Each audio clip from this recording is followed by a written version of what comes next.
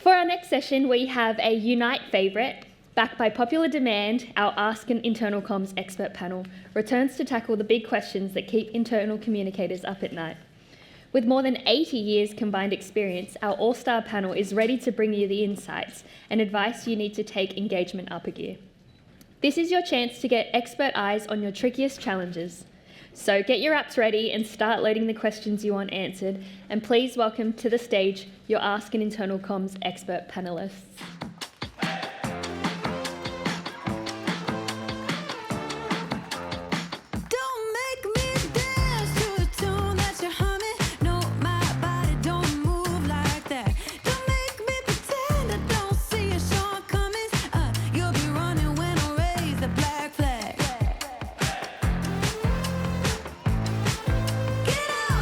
Hello everyone and welcome to our Ask an IC expert panel. So my name is Kaz, I work at Unily, I look across our thought leadership and have been quite involved in today's event as well, so you'll see me around a few times. This is a fan favourite session, but it's also my favourite session, in particular because when it comes to internal comms, I spend a lot of time at conferences and I hear and see a lot of the same people and the same things, and I notice it as a bit of a trend. So with this panel in front of us, I've tried to be as specific as possible, and I've handpicked these people to provide alternative opinions, challenge our way of thinking when it comes to internal comms. And so I hope when you guys submit questions that you kind of think of that. Feel free to challenge us a little bit. I'm sure my panelists will hate me for that later. But this session is really all about trying to challenge our understanding of internal comms. So you can get into the Unite 23 app, ask questions. If nothing comes to mind at the moment, you can vote on other people's questions, and I'll essentially be going through them in that order. So like what's top of mind, I'll take those most like popular voted questions and go in that order. So you're able to do that in the app now.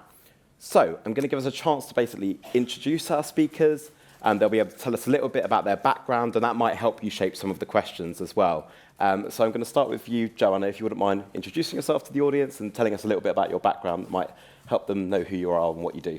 Sure. Hi, everybody. My name is Joanna Parsons. I am the founder and director of The Curious Route, which is a one-person consultancy specialising in internal communication. I've worked in internal communication for about 12 years. I was head of internal comms with the Irish Police Force. I've been head of internal comms in tech. I worked in the charity sector and in financial services. I'm also a lecturer with the Public Relations Institute of Ireland. I design and deliver a course on strategic internal comms. And I'm also currently writing a book on innovation in internal communication, which is going to be published next summer. Cool, I know we've discussed all those themes. So Bryan, would you mind also? Wow, that's a tough act to follow. You're doing. So hello, my name is Bryan Vermes, coming from Mimecast, a cybersecurity company based out of here in London. I sadly work in HR as part of my internal communications role, and I'm an American. So I feel like after Stephen's session, I feel a little on the spot here. But I promise, we don't have too many bouncy balls at our office. But so I've led internal communications at Mimecast now for 6 years. Came out of school in Boston, studied in communications a bit, tried a bunch of new things on comms, some that have been successful, others not so successful. So looking forward to chatting about that today. Nice, Chris. Thanks. Hi, I'm Chris Andrew. I work for a company called Care and Hope, which is a specialist employee communications agency. I've been going for about 30 years. We recently became part of the Gallagher Global Communication Practice, which is very exciting, which gives us access to over 200 specialist employee communications people. I'm very passionate about the world of work and about making people's working lives better. I think we underestimate how much of our lives are focused around work. If you're not doing it, then you're thinking about it.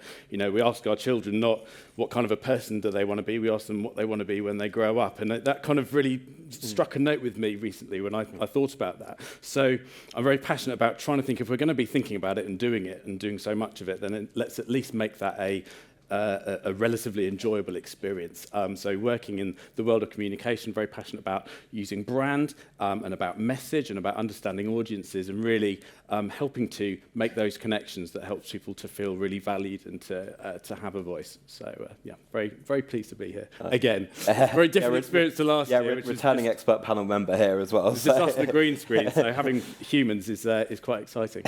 And Kim as well, would you mind?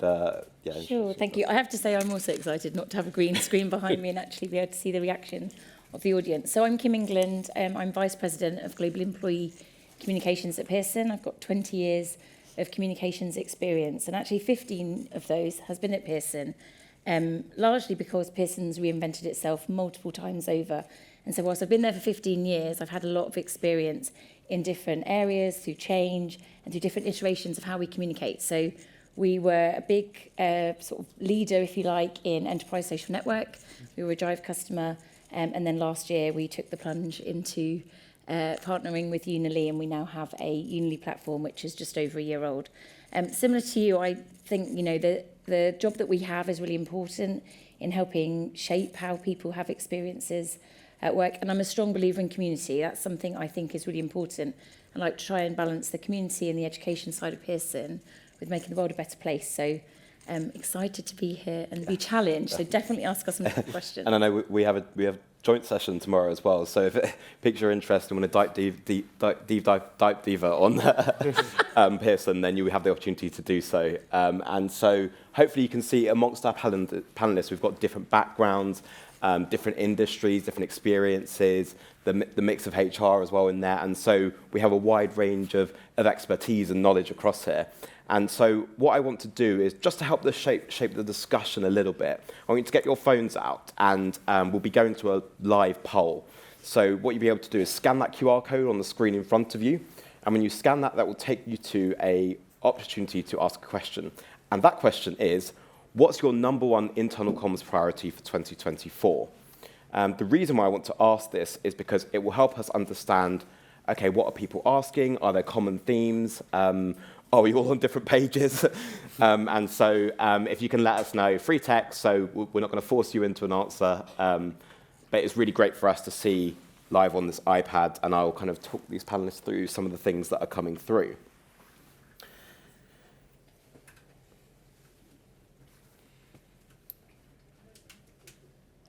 I'll give you a couple of minutes to do that, so if you want to take some time just to think about it quickly. I feel like we need some dramatic music. Yeah, exactly. We need some dramatic music. So some of the things that are coming through are, well, as expected, AI. It must be front of mind for a lot of people, especially after Stephen Fry's talk.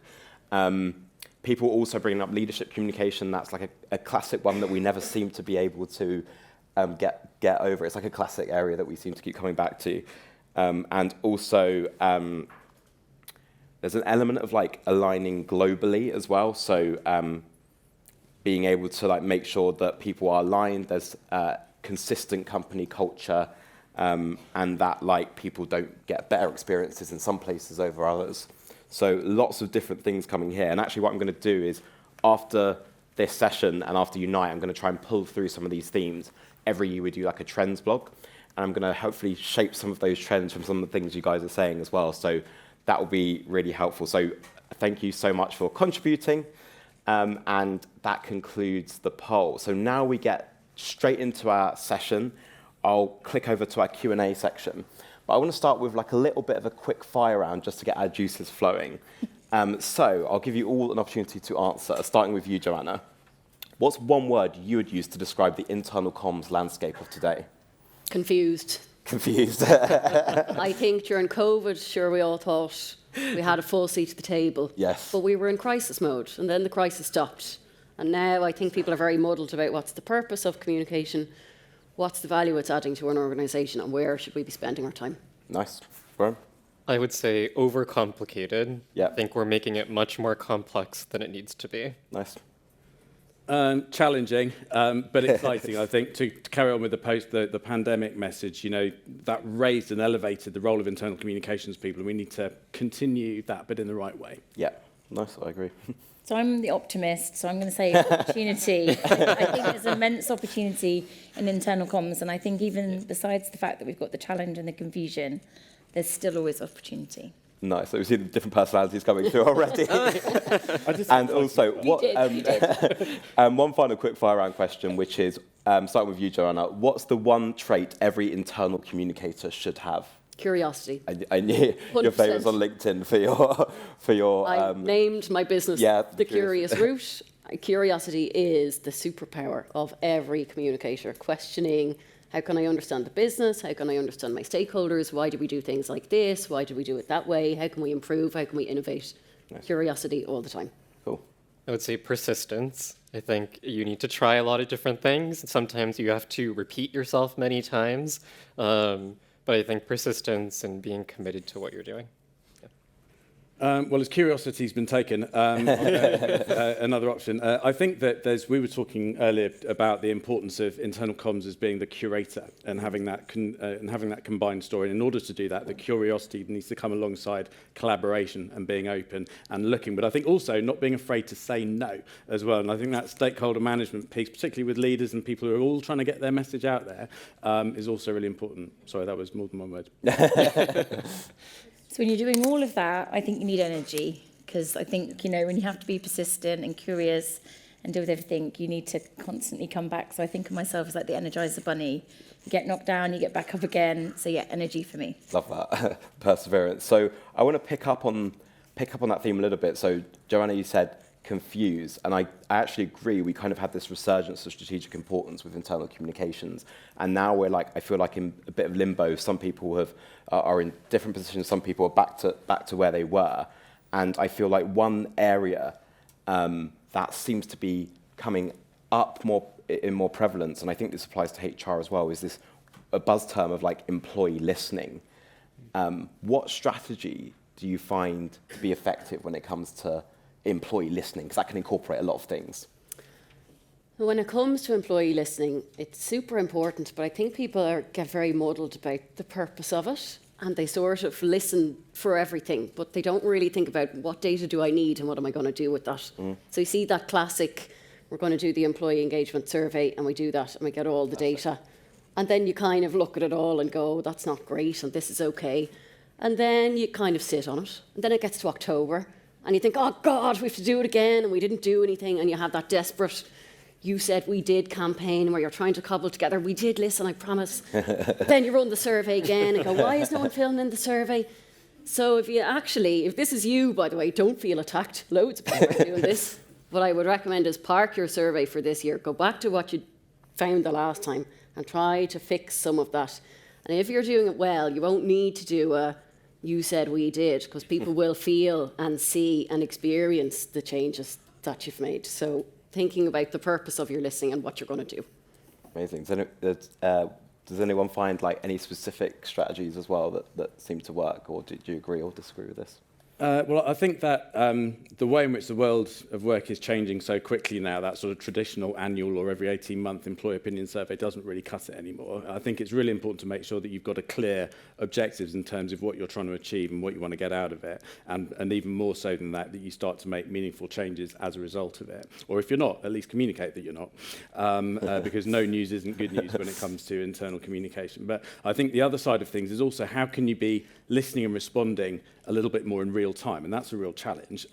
There's things about survey fatigue, which I think might be a myth personally. I think if you create the right environment, people are never going to not want to tell you what they think about stuff if it's easy enough to do. So what I've seen in organisations that I've been working with over the last few years that seems to have been really working is trying to have a very clear listening strategy, stick to it, but keep it sort of regular and bite-sized and simple, and not necessarily go out to absolutely everybody. Yes, you need to make sure that you are representing different parts of the organisation, but you can do a lot of that work with champions or engagement champions or whatever it might be if you've got any of those kinds of networks, or you've got your resource groups. From a D&I perspective, incredibly passionate, energetic people who have got a view and they've got a voice and wanting to be involved. So I think making sure that you're doing it on a regular basis but making it really simple and easy is key.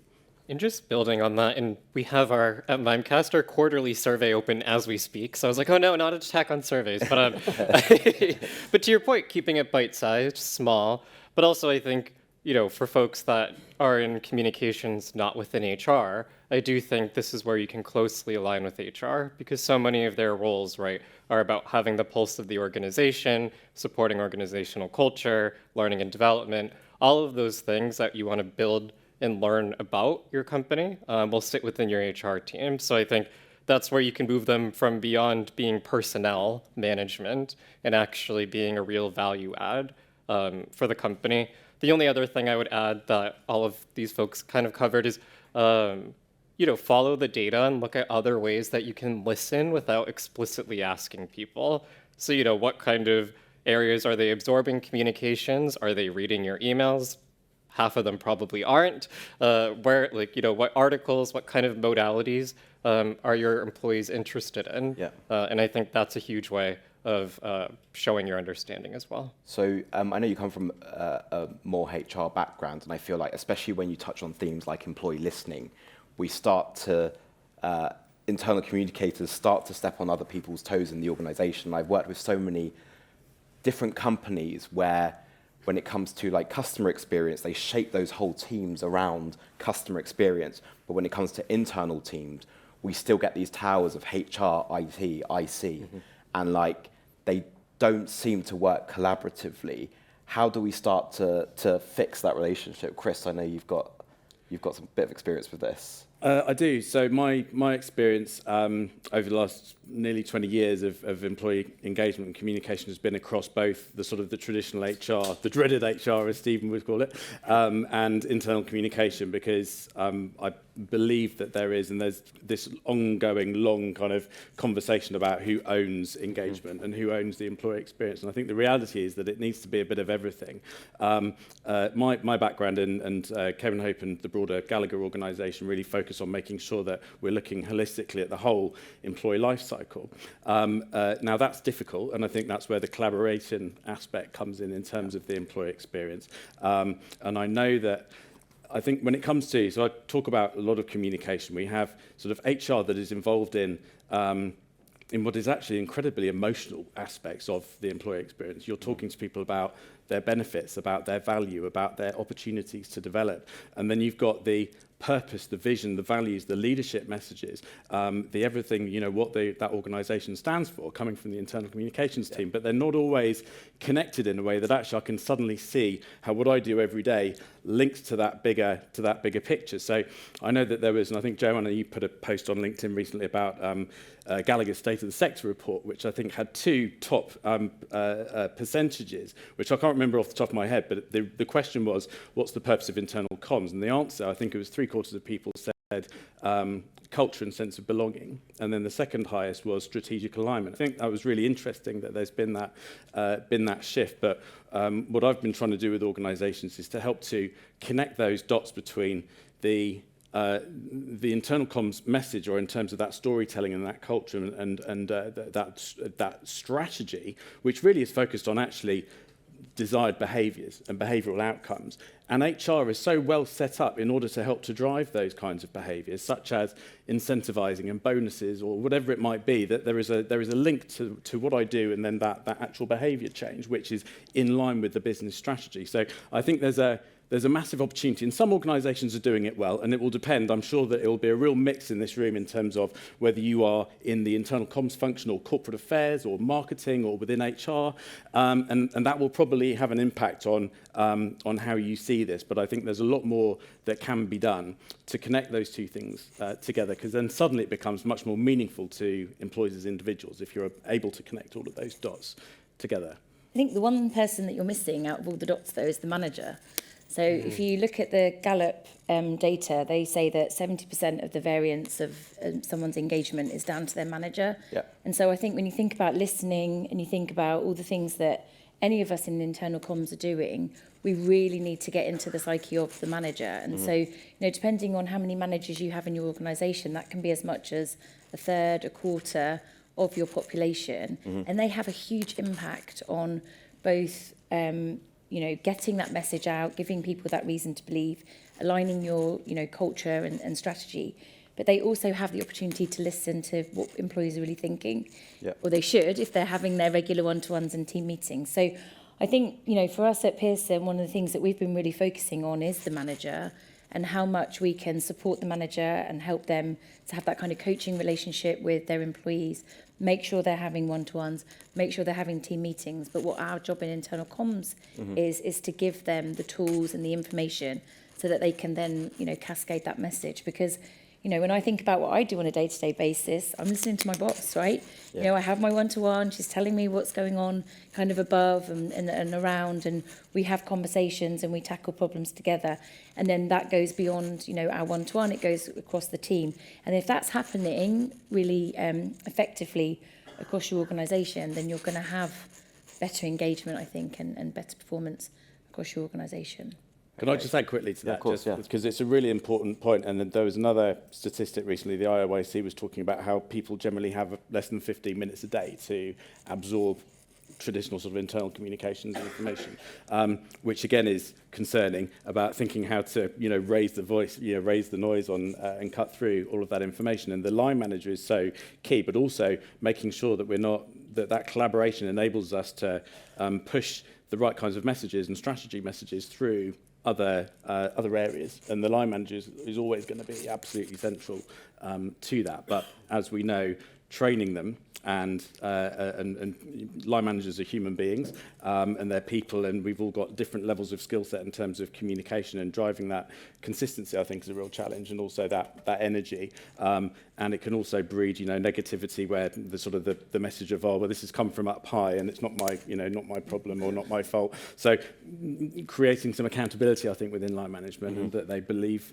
they believe what they're saying, I think is really important. Okay, so I love that, and it's good because actually we've anticipated some of the questions coming through, so it shows we're answering what people want. There's one thing that I definitely want to discuss, because I see a couple of different questions coming through, and I'm sure you were expecting something on this topic, which is AI. Let's start simple. Friend or foe? I'm a friend. I did an interesting experiment a few months ago. I paid, I think it was like 35 quid, and I signed up for this AI headshot generator. So I fed in... That was quite controversial, wasn't it? Really controversial. The worst part was it said, just upload 25 photographs of yourself and we'll do it. I was like, who has 25 photographs of themselves? Oh, I do. You'll find Only this really... 25. But I got this, within an hour, I had 400 photographs of myself. So I work remotely. I'm a real home bird. I hate the idea of getting dressed and doing my hair and going to the photo studio. So I did this at home. And I got 400 headshots within an hour. Actually, loads of them were really good. So I took a few and I posted on LinkedIn and I explained about this tool. I was playing around. And loads of people were going, wow, this is really interesting. Didn't know you could do this. But then there was the people, the AI resistors, who were very vocal. Some of them were only sliding into my DMs. They didn't want to be out there. But very angry with me. Furious. How dare you? This is so inauthentic. You're not showing your real face. I thought it was quite funny. There was one woman who was very angry with me. You're misrepresenting yourself, and in communications you have to be authentic. But her headshot was really digitally altered. She had loads of makeup on. She had her hair done. And I thought, is it that different? So I'm a friend in terms of playing around and being curious. Stephen Fry did make me nervous. That was what he was for. But yeah, I'd be an early adopter. Okay, cool. Does anyone have a more conservative view towards it, which is that way actually we should take a step back and stop the kind of embracing of AI in internal comms? I would say the main thing, if you think of social media when that started, right, it was exciting, a new way to connect with people. Now it's, the devil on everything, right? It's misinformation, it's dividing people, all of those challenges. And I think AI is in a similar spot where I think I like Stephen's part, though, where it's a little bit of a buzzword where everything is branded as AI. Yeah. But in its true form, where it's helpful if we let it be helpful and use it in the right ways. But of course, too much of anything can be dangerous. And I do think we just have to be mindful, particularly in our roles in any of our organizations, when you're managing or talking or speaking to people, having your own moral compass on how you're using that kind of technology, I think is really important. So I would still say friendly, maybe not a friend, but friendly as long as we're careful. If and they keep your thoughtful. friends close and your enemies closer. Yes, So. exactly. I think the lesson this morning, though, really from Stephen Fry is it's too late. Yeah. I don't think Genie's there's out the really bottle, anything. yeah. I mean, the genie is out of the bottle, and I think, some of us probably work for companies that are going to be able to impact and shape perhaps how AI is in the future. But, friend or foe, I think in some ways we have to just educate ourselves. Yeah. And, as a parent, it's my job to then educate my children in the same way that I would educate them on, the pitfalls of social media and, being online and crossing the road. I think that's the AI is going to be in the psyche of how we talk to one another, and we'll have rules and regulations, or maybe we won't. But I think it's too late. Yeah, I agree. I think that's the reality. And part of me is a big sci-fi fan, and I love a bit of dystopia. But Stephen Fry, and if you listen to people like Mo Gawdat talk about the future and what's happened, we may as well just go and what's the point?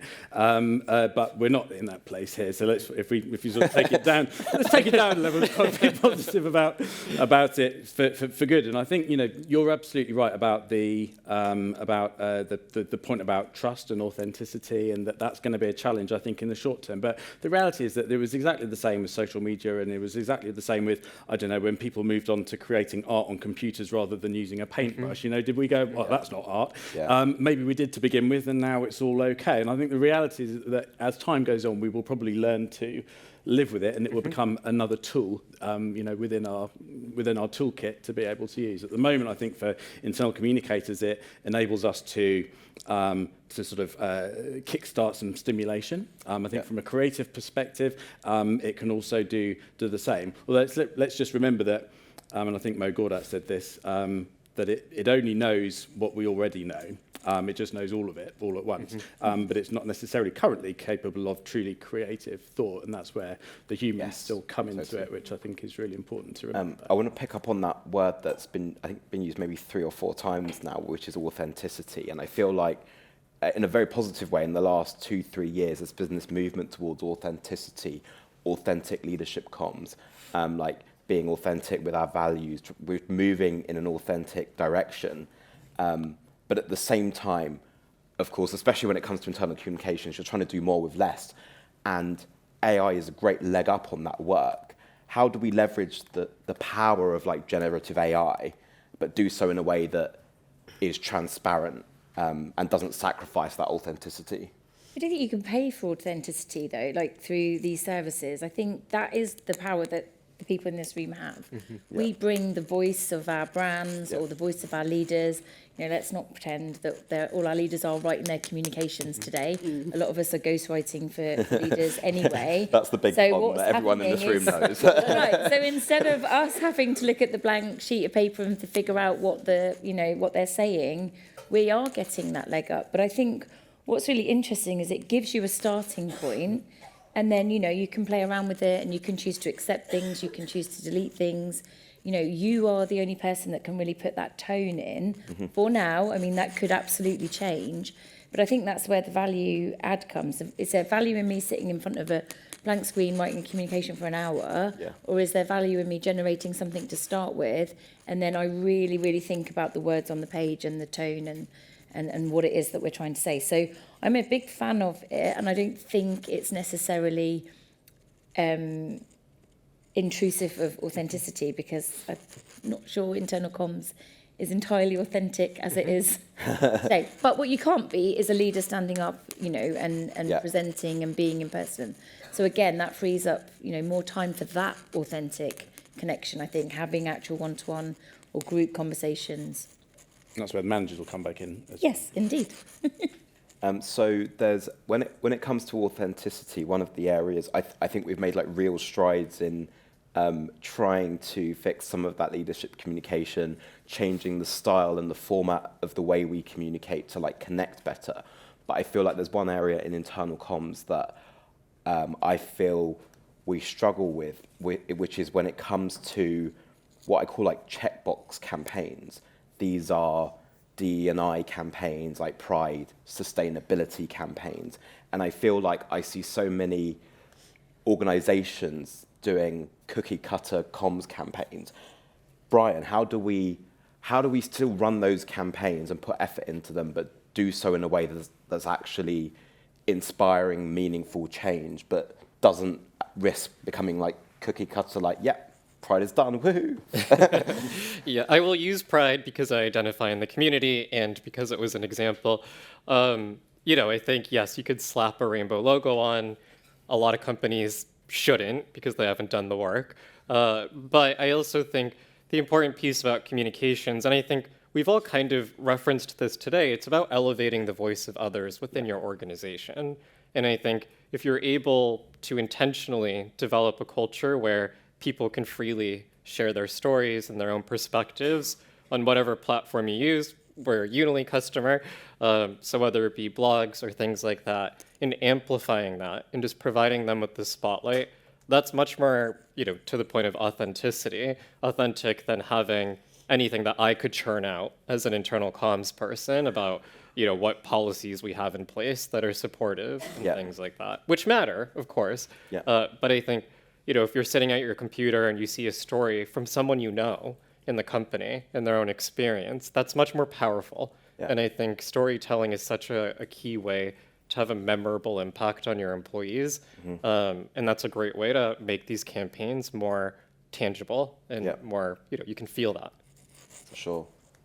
Of that. So I'm going to start, we're about halfway through the session. I'm going to flip and go to these questions in order of how you voted for them. So if you want to have a vote up on other, I don't know if you can vote down, but let's go for positivity. So if you want to vote up other people's questions, that will help me order this. And whilst you guys are doing that, Joanna, I know you've kind of referenced some of your haters, but you also have a lot of lovers, and part of that is because... This sounds terrible. Yeah. Where are we going with this?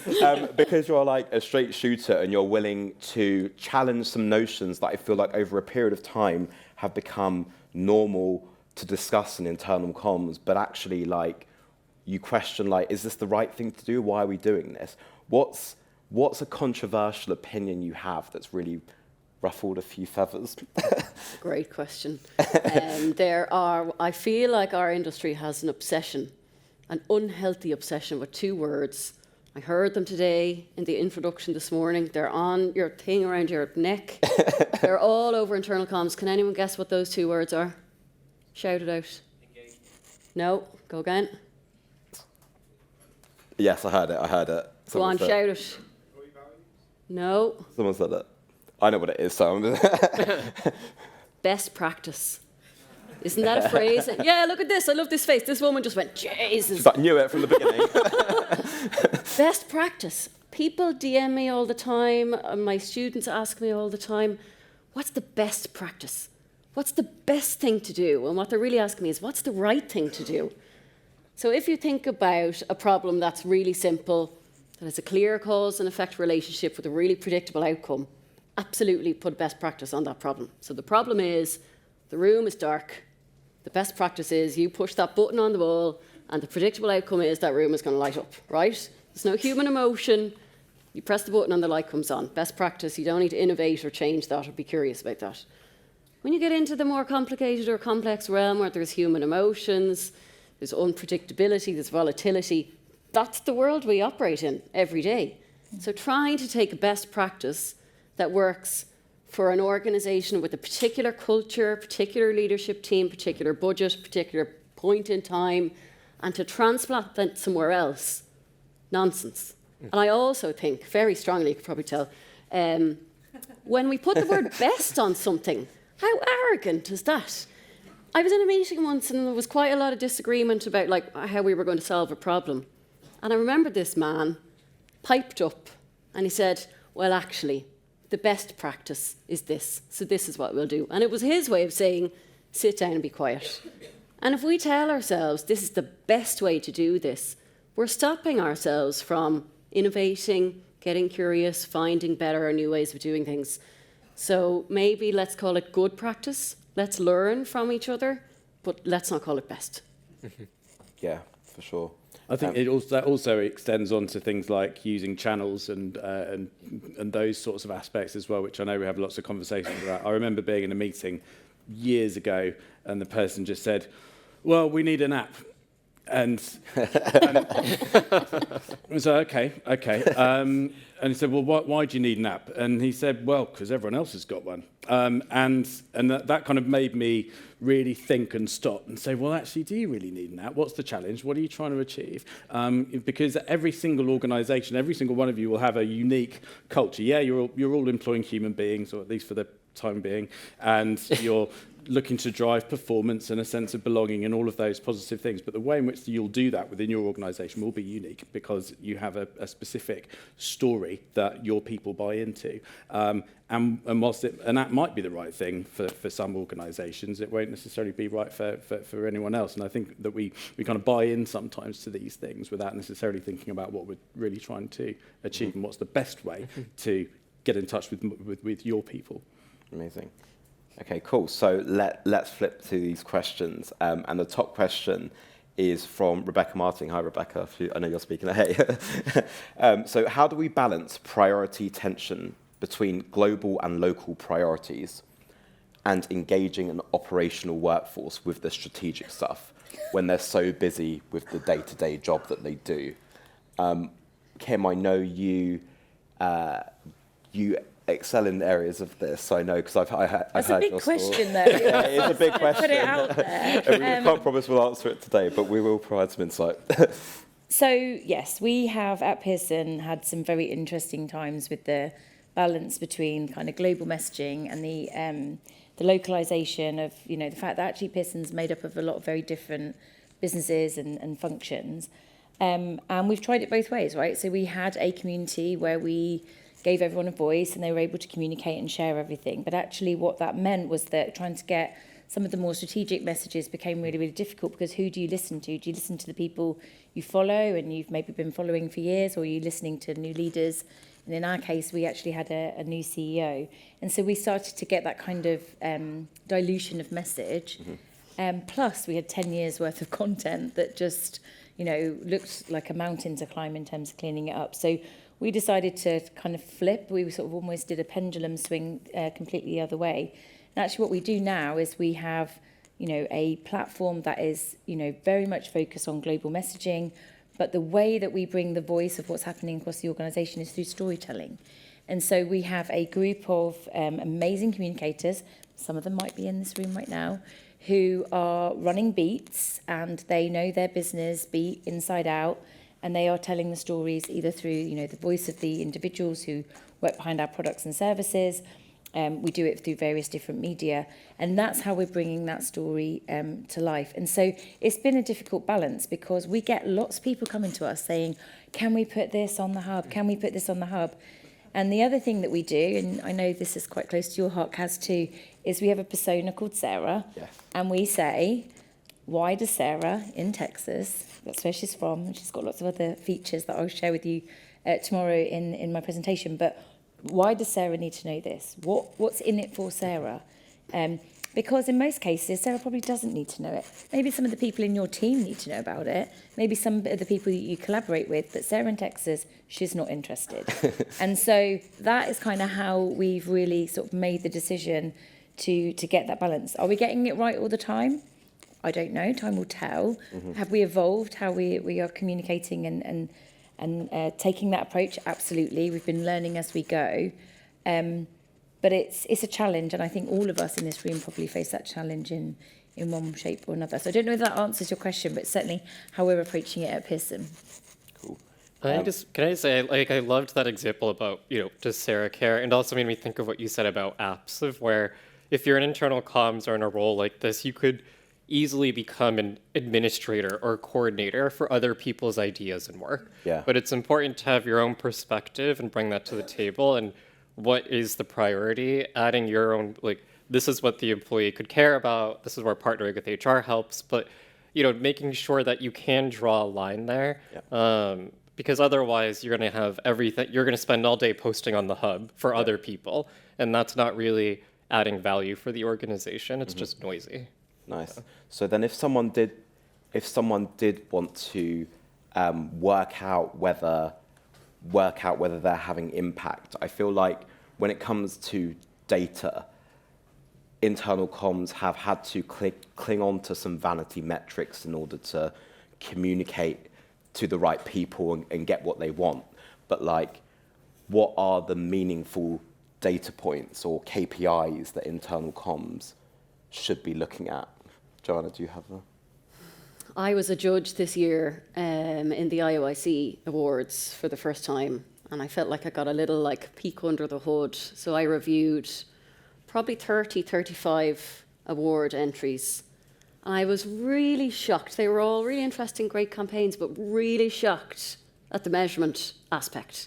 There was only one entry I looked at that actually told me at the start, this is what we're going to do, and then at the end, measured that same thing and told me if they'd done it or not. Lots of people had quite wishy-washy, we're going to create awareness, we're going to have engagement, we're going to do this thing. And then at the end, they said, oh, and here's all our click rates, and here's how many people came to the meetings, and look, this great. And I thought, but you're not, what were you trying to do? And that's sort of the bit that people skip. And there's actually a really simple way to do this. It doesn't need to be that complicated. You've probably heard about SMART objectives. Mm-hmm. They take a little bit of practice to get used to, but if you create SMART objectives over here before you do a single thing, then baked into that, you're going to figure out specifically what you're doing and how much change you're going to affect and in what time frame. And then at the end, it becomes simple because you've already decided what you're going to measure. So if we could move a little bit more in that direction, I think that would be really helpful. Does anyone have like a... by the way, that original question wasn't mine. I made it look like it was mine, but it was Cody's. So does anyone have like a KPI wildcard, something that isn't on your standard sheets of, oh, these are the 10 metrics you should be following, but seem to have really resonated? Kim, did you put your hand up, or did I just point it at you? No, you just pointed at it. That's fine. I mean, if someone else wants to take the question while I think about it. Yeah. Sorry, I might say something really quickly. You go. At the risk of talking about best practice. I think we do it. It's easy to do the quantitative stuff, isn't it? You know, the video views, the access, how many people came to a thing, how many questions were asked at a CEO town hall, and all of that sort of stuff. The challenge that that organisations have, and I'm coming from an agency background where, you know, being able to prove that communicating effectively to employees has a positive impact on retention and performance and bottom line and attraction of the right people, you know, it's the holy grail, and it's hard because it's focused on trying to measure behaviour change.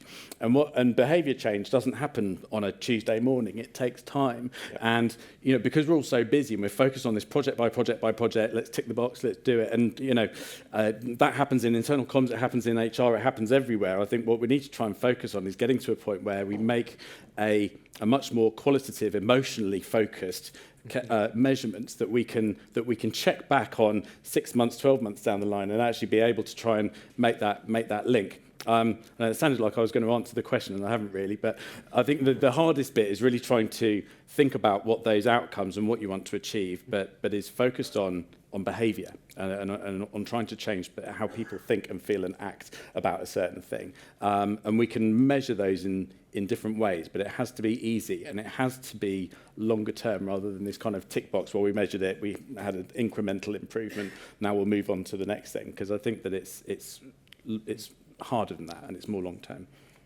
So I thought you were coming to me because we've had a lot of discussion. We have over the years. So I have formulated my answer, but I think, so I'm completely with you, Chris. I think the holy grail is being able to actually match what we do with, you know, the kind of value it's bringing to the organisation.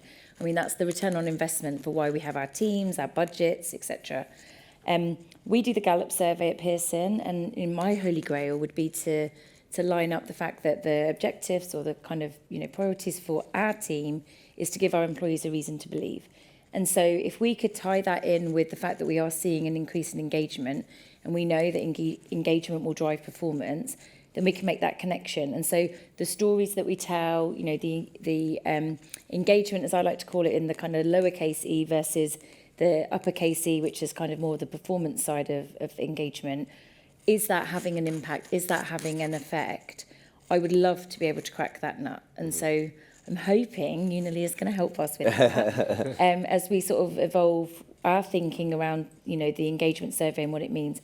We're in very early stages of the engagement survey. Ours is open for the second year. Right now it closes on Tuesday. We're also in our second year of having Unily. So it's a start, I think. But, I think we've all been after the holy grail of how you measure the value of internal comms, certainly in the 20 years I've been doing internal comms. When it comes to engagement, I feel like especially the kind of like savvy internal communicators who have found the right tools, the right ways to engage people, really harness the people that you can engage through new and better channels, and you're doing well with those engagement, thinking about your personas, there's how do we drive that kind of like, if that bottom quartile we're really struggling to engage to go on the platform, because you can invest all in your content strategy. You can be confident that when people get there, they're happy, they're engaged, and it's a multiplier effect. But like, how do you take that bottom quartile of disengaged or people that struggle to get, that don't go on your platform? If you know you're confident with what you have on there, how do you then take them from where they are to where you want them to be? I'm going to be really controversial. I wouldn't bother with that. I was about to say the same thing. I really wouldn't, because, if you think about, engagement, or you think about, take a change curve as an example, you're going to have the people that are going to go through the change really quickly, and you're going to have people that are never going to accept the change. Yeah. And actually, you could put so much energy into those people, and you're never going to change their minds. Where you should really be focusing is, I think, first of all, with the people who are already engaged. Like, you don't want to lose that engagement. Yeah. Right? So you work with those people, you find out what they're doing that's contagious, and then you spread that into the group in the middle. Because those people in the middle, they're sitting on the fence. They could go either way, right? They could go disengaged, or they could become like your biggest champions. So, the first thing I would do is forget that bottom quartile, because you could plough every ounce of energy into it and it may have absolutely no impact. So if you want that multiplier effect, keep those people happy here and help them bring up the people that are sitting on the fence. I'll just add something quickly to that. So I completely agree. There's always going to be a group of people you're not going to convince. Yeah. And if it's talking about channels, and then that's fine. I think it is important also to remember that it may be that there's another reason why they're not engaging with that particular channel. So I'm hoping to be involved in a piece of research that London South Bank University are going to do on neuroscience and its impact on the way in which you communicate. That people need to be able to read, watch and listen, and to absorb information in a way that works for them. And not every platform, I'm not talking about Unily, by the way, is capable of doing that. So you need to provide ways in which people can absorb that information. The other thing is that if there is an opportunity to bring more people on board, then the expression sort of you can lead a horse to water, but you can't make them drink, but you can make them thirsty. And I think there's an aspect of our role which is about making people thirsty and wanting to absorb that information, which is where some of those supporting channels sometimes come in. But again, it'll come down to the audience group and talking about channels. I think someone asked a question about the operational people who perhaps are working frontline. They might not even have a company email address. How do you engage with those people? Well, perhaps a particular online platform is not going to be the right place, but they might have a smartphone, or they might be they've got half an hour at lunch to look at something that's going to be sitting in front of them in the canteen. Just thinking about those various different supporting channels that can then help to drive people into the right place. The last thing I would just add to all of that is, when it comes to comms, and I think any part of the employee experience, is that there's mutual accountability. Mm-hmm. So, I've had employees say like, oh, well, like the job of that role is to make sure I'm informed. Yeah. No, it's not. The job is to make sure you have access to the information that you need. But there also is the piece of having a figure it out factor for your employees, that if you make it accessible, it's not making it a maze so that they have to dig all day, but it's also incumbent on them to go to the information, listen to the company meetings, things like that if they didn't attend, and holding them accountable if they didn't. So, I didn't know that the strategy shifted in that direction. well, we had these 5 different ways that you could have found that out.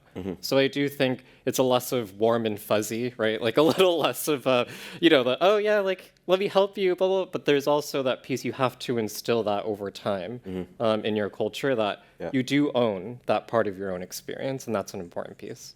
Okay. Well, one thing that like seems to be, if we're talking about trying to get people to engage with platforms, I think one tactic that seems to have worked over time is moving away from just push comms to incorporating pull comms as well. So letting people have control of their experience, what content they want to consume, and that's kind of like they've helped each other up in that sense. But it's really difficult to strike that balance. As you say, you have internal communications usually have a role to play in informing. How do you know when to strike the balance of push and pull comms?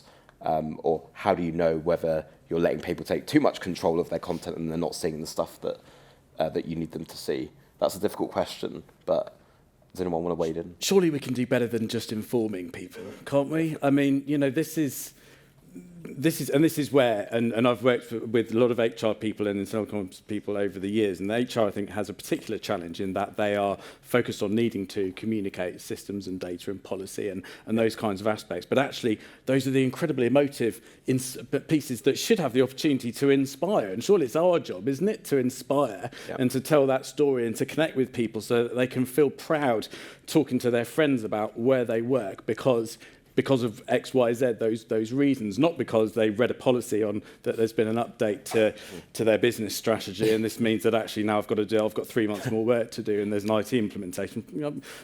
That's fine. We need to have that information, but let's communicate it in a way that says this is why, and this is your role in it. You know what? I feel really excited about that, and I'm going to be part of it, and I'm going to advocate that. That's where the curiosity comes in, but also like that's the curiosity and the creativity comes in. And I feel like when you start changing your perspective, where like how you're looking at what you need to communicate out and change that perspective. Chris, I know you had like an example that you shared in an article to do with like how you got people to engage on their like benefits package, for example, which can be quite a dry thing. But I actually really love the example. If you remember what it is, I'm testing you here. It was to do with like cereal boxes and. Oh yeah, I mean that was an example from years ago it was a total reward statement, which is in so many organisations and lots of people don't do it anymore. I think there's a bit of a resurgence. I don't know if anyone does. It's had a bit of a comeback, hasn't it? I've noticed. Does anybody use? Yeah, a few nods. Okay, a few people.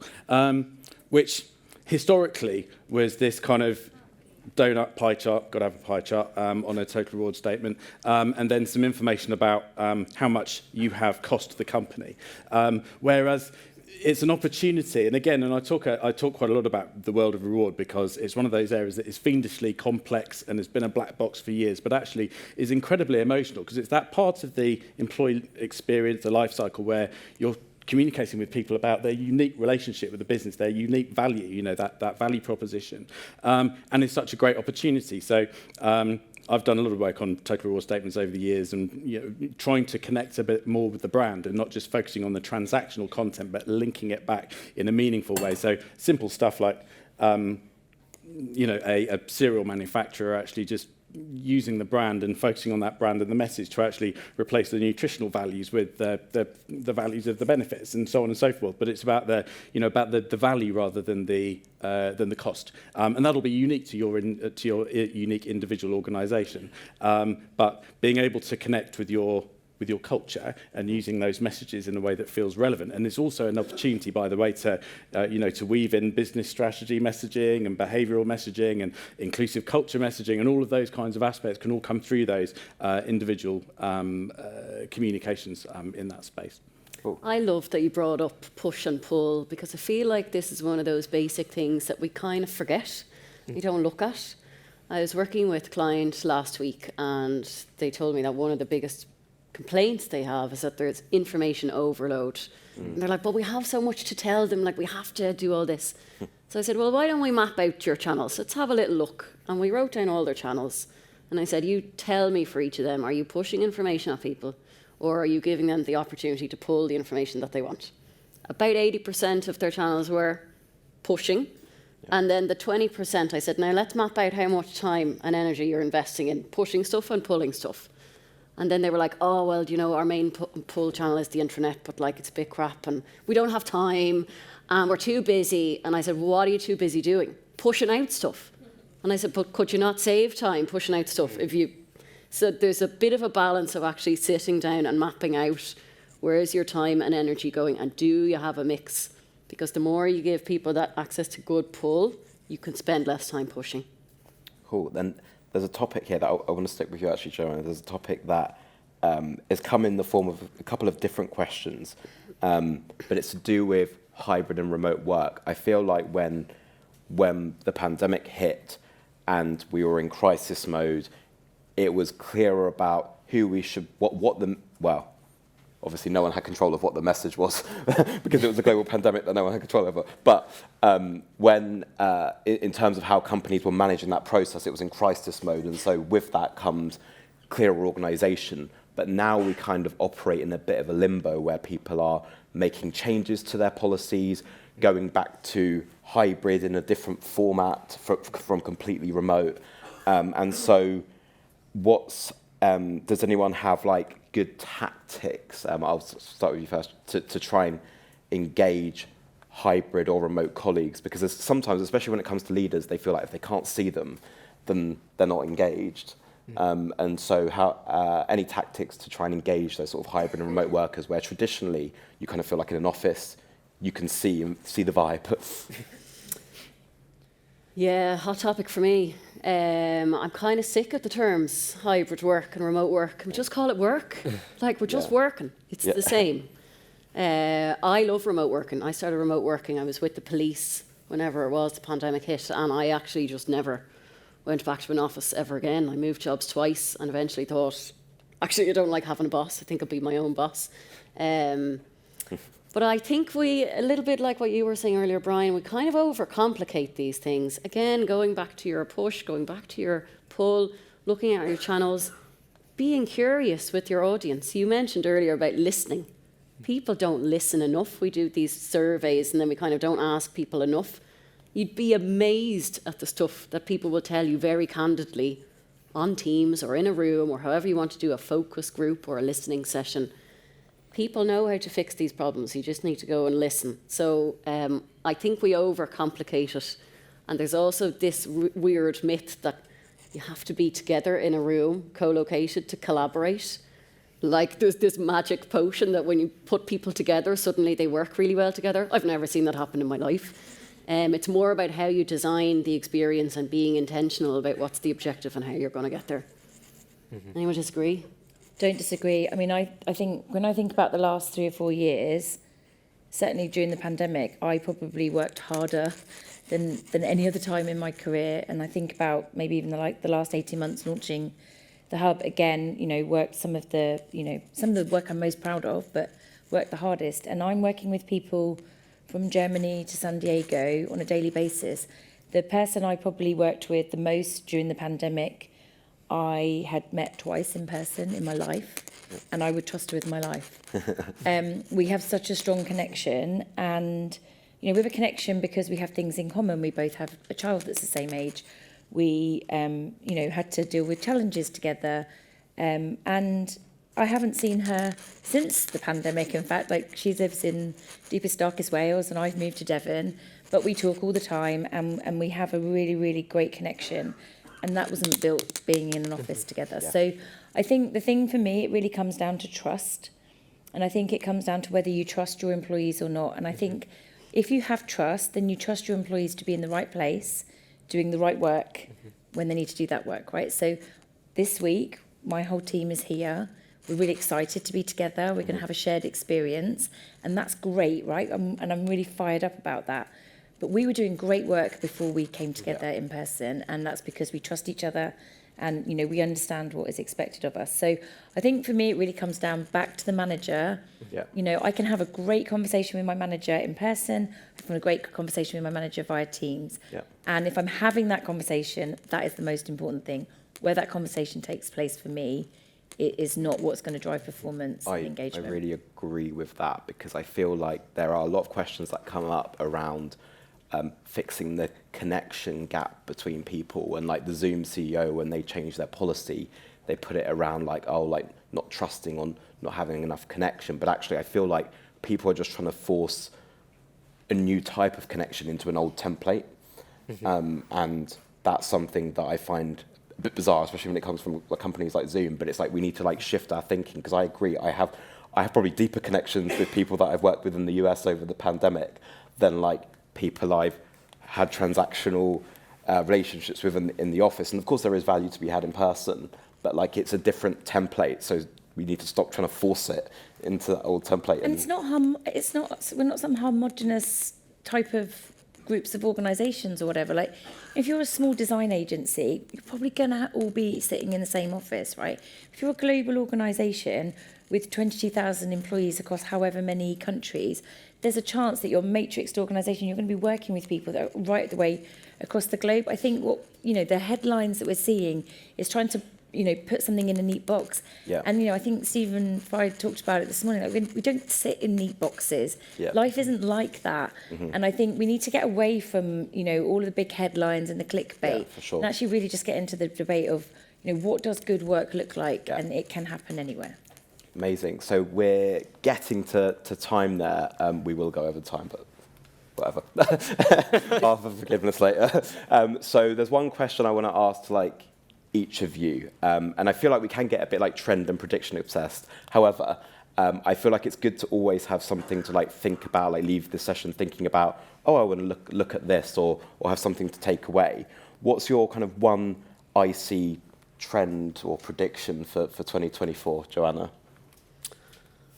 Like, not to overstate it, right? But I think a revolution is coming.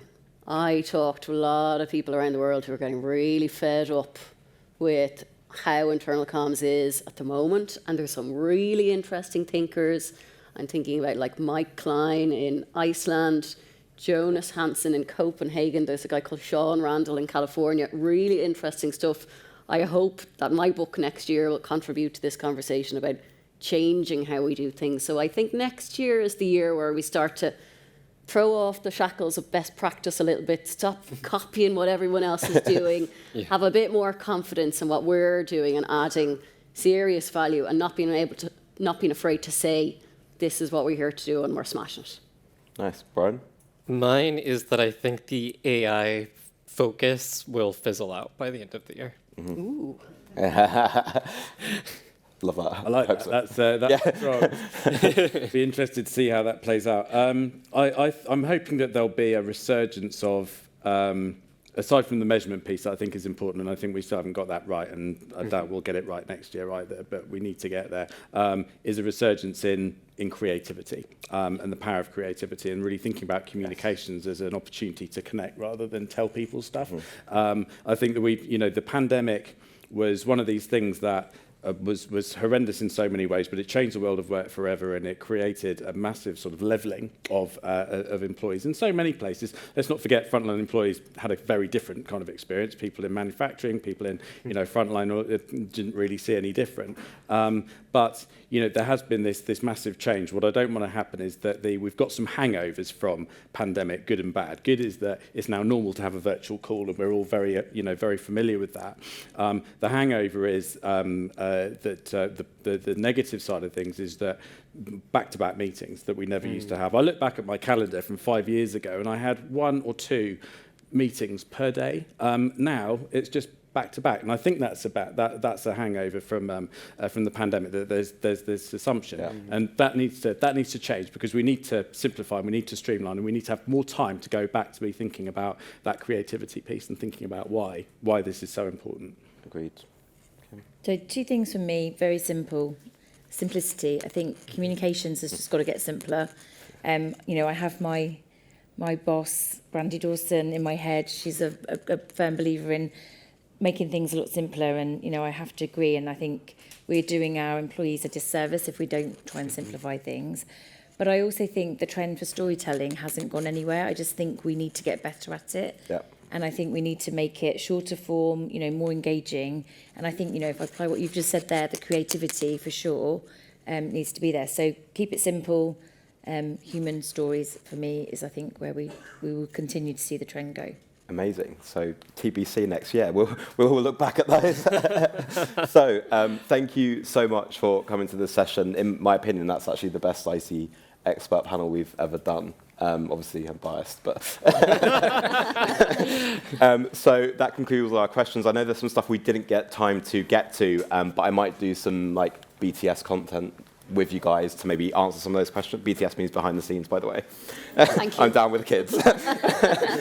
So it's now time for lunch. Woohoo! So you can head over into the main area via this door, which is to my left, to your right. And you'll be able to grab some lunch. We also have round tables on, so if you want to lunch and learn, don't feel obliged to, but if you would like to, you can see some round tables on the screen, I believe. And so these are the ones that are in breakout area 1. Things like AI, so if that's piqued your interest and you want to get deep on the AI topic, then that's where to go. Alternatively, head to breakout room 2 if you want to go to any of these round tables. Oh, wait, not that. Breakout room 2 is this. So want to talk about personalization, want to talk about, like, maybe you're just on the Unity platform, talk about Unity a little bit, go to that one. So thank you so much, and please give a round of applause for our panelists.